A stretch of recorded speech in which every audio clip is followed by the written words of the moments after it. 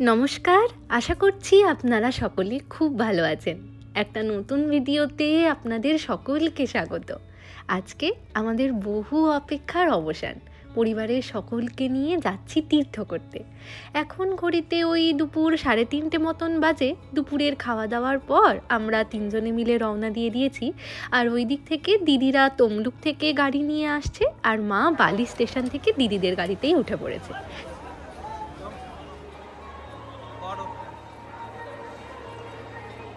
আমাদের আজকের যে ট্রেন রয়েছে সেটা ওই বিকেল 4:50 নাগাদ শিয়ালদা স্টেশন থেকে ছাড়বে। শিয়ালদা স্টেশনের 12 নম্বর প্ল্যাটফর্মে দেখলাম ট্রেনটা দিয়েছে। আর একটা জিনিস জানেন, আজকে আমরা যে ট্রেনে যাচ্ছি আমরা প্রথমবার সেই ট্রেনে যাব। বহুদিনকার ইচ্ছা ছিল জানেন, রাজধানী এক্সপ্রেসে করে কোথাও ঘুরতে যাব, কিন্তু এইভাবে এই ট্রিপেই যেটা পসিবল হয়ে যাবে কখনো ভাবিনি। ঘড়িতে এখন 4:40। এই যে দিদিরাও চলে এসেছে। এখন আমরা কামরা নম্বর B5-এর সামনে। এখানেই সকলে মিলে উঠে যাব। ট্রেনে তো আমরা উঠে পড়েছি, কিন্তু সকলের একসাথে সিট পড়েনি। এখানে আমরা 4 জনে আছি, আর দাদা গেছে ওখানে মামনিকে আর দাদার বাবা মাকে রেখে আসতে। এটুকুতে মানে এটা এখান থেকে অনেকটাই দূর। আমরা এখন B5-এ আছি। এই যে এখানে দাদা আছে, আর এখানে দিদি আর মা। আর আমি আজকে পরেছি এই যে বেবি পিঙ্ক কালারের একটা কোয়ার সেট। এটা চিনতে পারছেন? মামনি আমাকে এটা পুজোর সময় দিয়েছিল। আমরা তিনজনে পিঙ্কের দিকেই পরেছি, আমি আর দিদি পুরো একই কালার। দিদি এটা খুব কমফোর্টেবল করে পরতে সব সময় ওইটাই পরতে।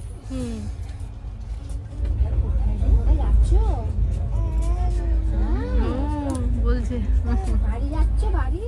এদিকে দেখতে দেখতে ট্রেনও ধীরে ধীরে কলকাতা শহর ছাড়িয়ে চলে যাচ্ছে বর্ধমানের দিকে। আমাদের প্রথম স্টপ হচ্ছে দুর্গাপুর। দিদি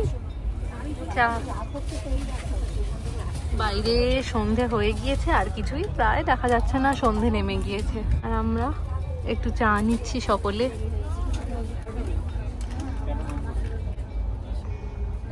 চায়ের সাথে কিছু নিবি? ঝালমুড়ি খাবে?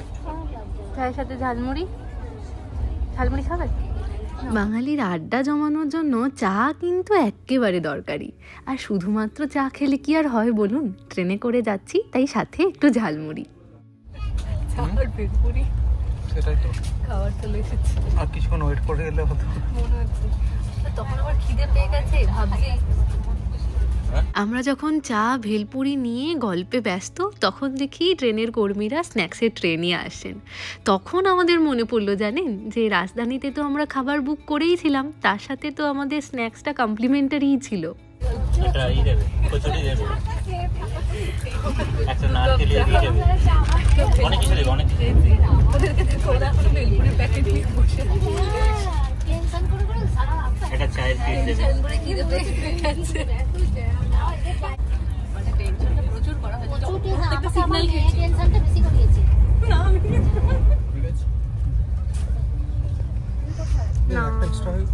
আচ্ছা দাদা খুঁজবে, কারণ আমাদের সকলের পেট ভর্তি।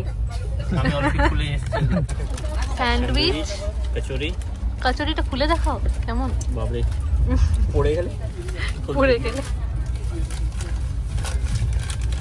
গরম গরম কচুরি। বাহ, একটা কামড় দিয়ে দেখাও।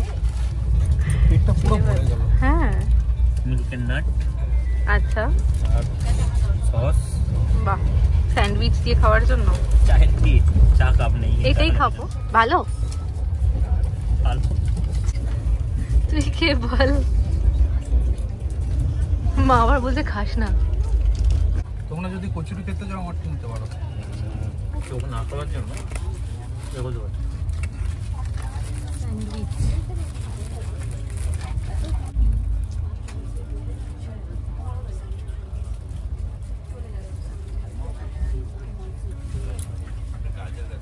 গাজর খেতে তখন বড় ঘাড় নাড়িছে, মনে বুঝে পেয়েছি কুছ তো গড়বড়। চলুন, খাওয়া দাওয়ার পর আমি এখানে বসেছি সকলের জন্য চা বানাতে।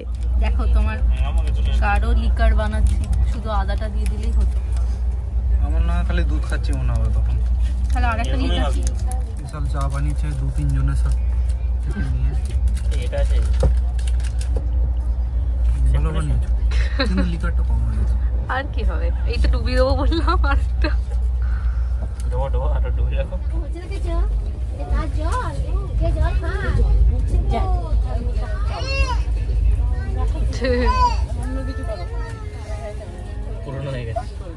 ওটা পুরনো হয়ে গেছে বলো, ও বুঝে গেছে ওকে ওটা করে ভোলানো হচ্ছে। ও বুঝে গেছে ওকে ওটা করে ভোলানো হচ্ছে।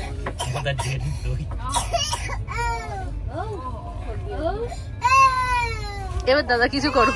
আমি কিছুই পারবো না। ব্যাগ প্যাকিং থেকে শুরু করে অনেক রকমের গোছগাছ থাকে, তো তার মাঝখানে আমি ভুলেই গিয়েছি নেল পলিশটা পরতে। তাই সাথে করে নিয়ে চলে এসেছিলাম যে এতক্ষণ ট্রেন জার্নি, তার মাঝে বোর হব, তার থেকে ভালো নেল পলিশটা নিয়ে চলে যাই, এটা ট্রেনে বসেই পরা হয়ে যাবে। এখন এই যে ঘড়িতে 7টা বাজে, 7টার সময় আমরা ফার্স্ট স্টপ দুর্গাপুর স্টেশনে পৌঁছে গিয়েছি। মামনি, দাদার বাবা মা, ওদের 3জনের সিট পড়েছিল এসি 2 টায়ারে। তো দুর্গাপুর স্টেশনে ট্রেন থামবার সাথে সাথেই আমি আর রাজা ট্রেনের ভিতর দিয়েই চলে গিয়েছিলাম ওদের কামরায়, একটু দূরে।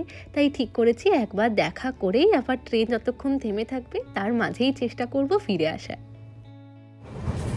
কখন না কখন এখানেও চাপবো, একবার এইসব সব পূরণ করে দিতে হবে। কোনাটা কেবিনে ঠকঠক করো না, একটু ভিতরটা দেখতে। না না, সমস্তটাতেই লোক আছে। হ্যাঁ, সে তাদেরই তো বলবো, বাটি দেখেছিলাম, তাদেরই তো বলবো একটু ভিতরটা দেখবো।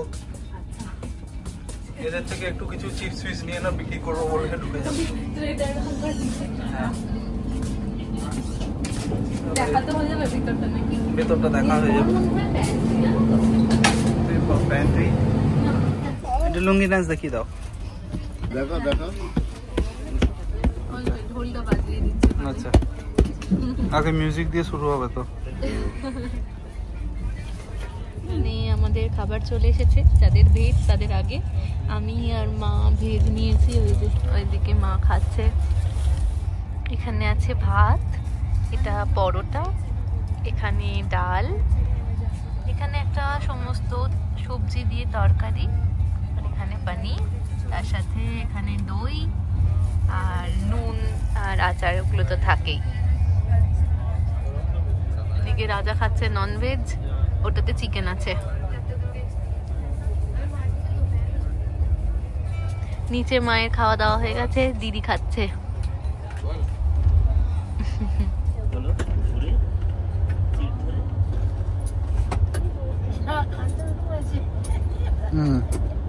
এবার মজাটা দেখো।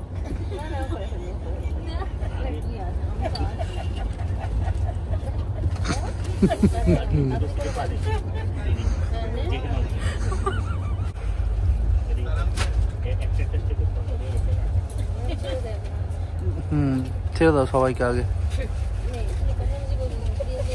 কার ঘাড়ে পড়ে যাবে।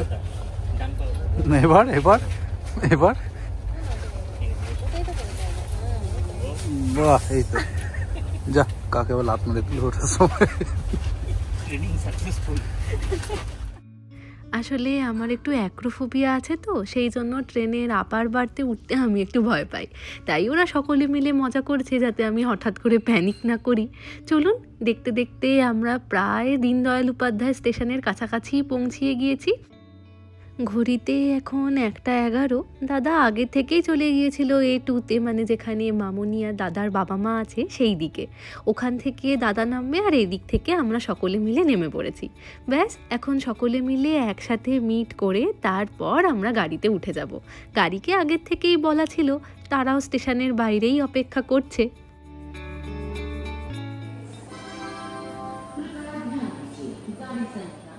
আমাদের এই বেনারস ট্রিপের ট্রেনের টিকিট বুক করার থেকে শুরু করে কোন গাড়ি করে আমরা সব জায়গায় ঘুরবো, কোন হোটেলে আমরা থাকবো, সমস্ত কিছুটাই দাদা আর দিদি মিলেই বুকিং করেছে।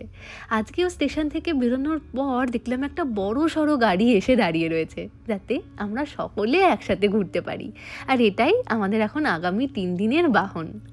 মাঝখানে মামনি বসেছে আর মা বসেছে। চলো, আমরা দীনদয়াল উপাধ্যায় স্টেশন থেকে রওনা দিয়ে দিয়েছি বারাণসীর দিকে। এখন 1:20 মতন বাজে। হ্যাঁ হ্যাঁ হ্যাঁ, ওখানে দাদার বাবা মা বসেছেন, দাদা বসছে, অনেকটা জায়গা, সামনে একটা সিট, মাঝখানে তারপরে 3টে, তারপরে 2টো, আর লাস্টে আবার 3টে। রাজা একদম সামনে বসেছে। আর এখানেও জায়গা আছে অনেকটা ব্যাগ রাখার। স্টেশনটা কত জমজমাট দেখ। হ্যাঁ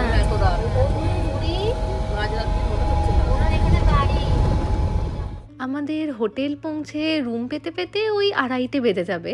তারপর আমাদের আজকের আইটিনারিতে রয়েছে সকলে একটু স্নান টান করে সবার প্রথমেই যাব কাশী বিশ্বনাথের দর্শনে। নিচে মা গঙ্গাকে রেখে আমরা উপরে যে ব্রিজটা দিয়ে যাচ্ছি, এখান থেকে বেনারসের প্রত্যেকটা ঘাট দেখতে পাওয়া যাচ্ছে। এই ব্রিজটার নাম যদি আপনারা কেউ জানেন আমাকে অবশ্যই জানাতে পারেন। চলুন, চলে এসেছি আমরা গোদলিয়া চকে। এখান থেকে আমাদের হোটেলের দিকে এবার আমরা পায়ে হেঁটেই রওনা দেব। আর আমরা যেদিকে হাঁটছি তার অপোজিট দিকে রয়েছে মন্দির।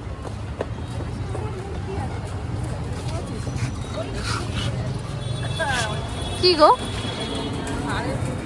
হ্যাঁ হ্যাঁ, আগামী 3 দিনের জন্য বেনারসে আমরা যে হোটেলটায় থাকবো তার নাম হচ্ছে দ্য গার্ডেন ইন। তো এখানে রিসেপশনে কথা বলবার পর আজকে রাতের জন্য ওনারা আমাদেরকে ডাবল বেডেরই একটা রুম দিচ্ছেন। কালকে সকাল 10টার পর ওনারা আমাদের সেপারেট 2টো ডাবল বেডের রুম অ্যালোকেট করে দেবেন। তবে প্রথমে ওনারা যে রুমটা দেখিয়েছিলেন এটা হয়তো অনেক দিন বন্ধ ছিল, সেই জন্য এখানে একটু ধুলো ধুলো গন্ধ থাকবার জন্য, যেহেতু ডাস্টের সকলেরই অ্যালার্জি রয়েছে, তাই ওনারা আবার একটা অন্য রুম দিয়েছেন। আর রুমে পৌঁছেই চলে এসেছে গরম গরম চা। এরপর একে একে সকলেই স্নান করে নেব। চলুন, আমরা সকলেই মোটামুটি তৈরি হয়ে গিয়েছি। এখানে কাশী বিশ্বনাথ মন্দিরের দর্শনের জন্য শ্রী কাশী বিশ্বনাথ ওয়েবসাইট থেকে টিকিট বুকিং করতে হয়। তো আজকে আমাদের টিকিট রয়েছে সুগম দর্শনের। সবাই মিলে যাচ্ছি মন্দিরে। একটা অটো বা টোটো দেখবো, সেখান থেকে তাড়াতাড়ি মন্দিরে পৌঁছাতে পারি। এখন 4:30 বাজে, 4টে থেকে 6টা অবধি সুগম দর্শন শুরু হয়ে যায়। আমাদের রেডি হতে একটু দেরি হচ্ছে। দেখি টোটো, ওই তো ওদিকে টোটো অনেক দাঁড়িয়ে আছে। এই টোটোটা খালি মনে হয় নাকি? প্রথমেই আমরা চলে এসেছি সুগম দর্শনের অফিসের সামনে। তো টোটো করে আসলেও জানেন হোটেল থেকে এটা কিন্তু খুবই কাছে, ওই 5 মিনিটের মতন হাঁটা পথ। এখানে আসবার পর ওনাদেরকে টিকিট দেখানোর সাথে সাথেই ওনারা একজন পুরোহিত মশাইয়েরও ব্যবস্থা করে দিলেন। সাথে আমরা যতজন আছি ততজনকে একটা করে প্রসাদের বাক্সও দিলেন। এটা হচ্ছে পুজো হয়ে যাবার পরের প্রসাদ, কিন্তু যেহেতু মন্দিরে পুজো করবার পর আবার ওখানে যেতে হবে, সেই জন্য ওনারা বললেন যে এই প্রসাদের বাক্সটা আপনারা সাথে করেই নিয়ে যান। যেখানে ফোন বা সমস্ত প্রয়োজনীয় জিনিসপত্র জমা করবেন, ফুলমালা কিনবেন, সেখানেই এটাকে রেখে যাবেন। চলুন, পুজো দিয়ে বাইরে চলে এসেছি। যেহেতু মন্দিরের মধ্যে ফোন অ্যালাউ ছিল না, তাই আপনাদেরকে ভিতরের দৃশ্য দেখাতে পারলাম না। অসম্ভব সুন্দরভাবে আমাদের দর্শন হয়েছে একেবারে সামনের থেকে। আর ওই যে দূরে টিভি দেখা যাচ্ছে, ওখানেই ভগবান শ্রী বিশ্বনাথকে দেখতে পাওয়া যাচ্ছে। কাশী বিশ্বনাথের দর্শনের পর মন্দিরের ভিতরে যে গঙ্গার ঘাট রয়েছে সেখান থেকে সূর্যোদয় হতে দেখলাম। সে এক অসম্ভব সুন্দর দৃশ্য জানেন। শুধুমাত্র ফোন ছিল না বলে আপনাদের সাথে শেয়ার করতে পারলাম না।